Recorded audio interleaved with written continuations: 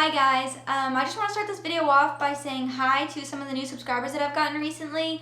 I know I've been very on and off on this channel for the past 3 years, and I'm really hoping to start uploading more frequently. Sometimes stuff just happens in life and it got really hard to just sit down and make a video, but again, I'm really hoping that this is going to be the first of many more videos to come. So thank you guys for watching, and I hope you guys enjoyed this video.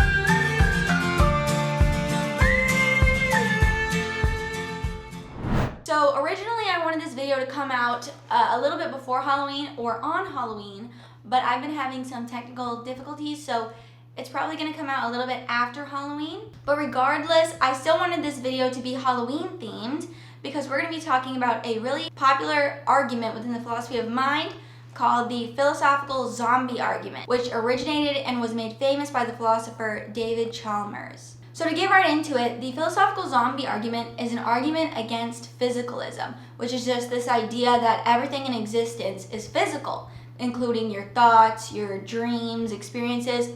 Anything you can think of, it's physical. If you haven't heard about physicalism and you want me to go into more detail about it, I have a couple of older videos where I do talk about it in more detail, and so I'll link those in the description below. So the philosophical zombie argument begins its attack on physicalism by asking us to imagine a philosophical zombie.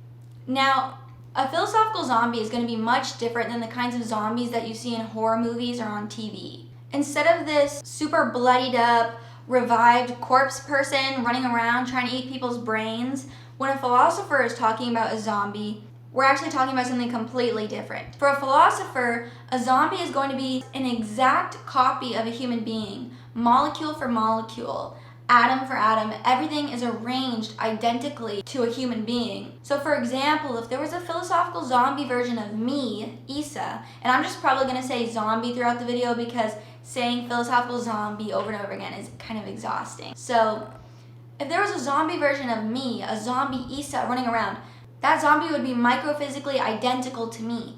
Every part of its body would match how my body is arranged physically. So you're probably wondering, well, why is it called a zombie if it's the exact same thing as a human being? Although a zombie is physically identical to a human, it lacks one very important thing that the normal human has, and this is what makes it a zombie. It lacks subjective experience or consciousness. In other words, it would behave exactly like me, but it wouldn't actually be experiencing the world. So for example, if I were to take a sip of coffee and the coffee rushes over my taste buds and I'm just like, wow, this is so good, zombie Issa would do the same thing. Zombie Issa would drink the coffee, act like it's amazing, but it wouldn't actually experience the flavor of coffee. You would have no idea if I'm zombie Issa talking to you because zombie Issa would act exactly like regular Issa. So I really could be zombie Issa talking to you guys. I'm acting like I'm experiencing the world. I'm acting like I can see myself in the screen. All the same brain activity is going on in zombie Issa's head as it would in my head because it is a physical copy of me, but it just lacks that experiential factor. It can't see my brown sweater, can't feel the fluffiness because it's not conscious. It's just a zombie. And that's what makes a philosophical zombie a zombie for David Chalmers. So for this part of the video, I wanted to show step by step how Chalmers is going to use this concept of zombies to try and reach this conclusion that physicalism is false. So the argument might go a little something like this. 1. Zombies are coherently imaginable or conceivable. 2. If something is conceivable, then it's metaphysically possible. As a result of steps 1 and 2, we get 3, zombies are metaphysically possible. Then we have step 4, if zombies are metaphysically possible, then physicalism must be false. And finally, we conclude with step 5, physicalism is false. So essentially the idea here is that if physicalism is true, this means that brain states and conscious states are identical to each other. And so physicalism entails that brain states cannot exist without conscious states. As a result, this means that the possibility of philosophical zombies is inconsistent with physicalism, since zombies have brain states without conscious states.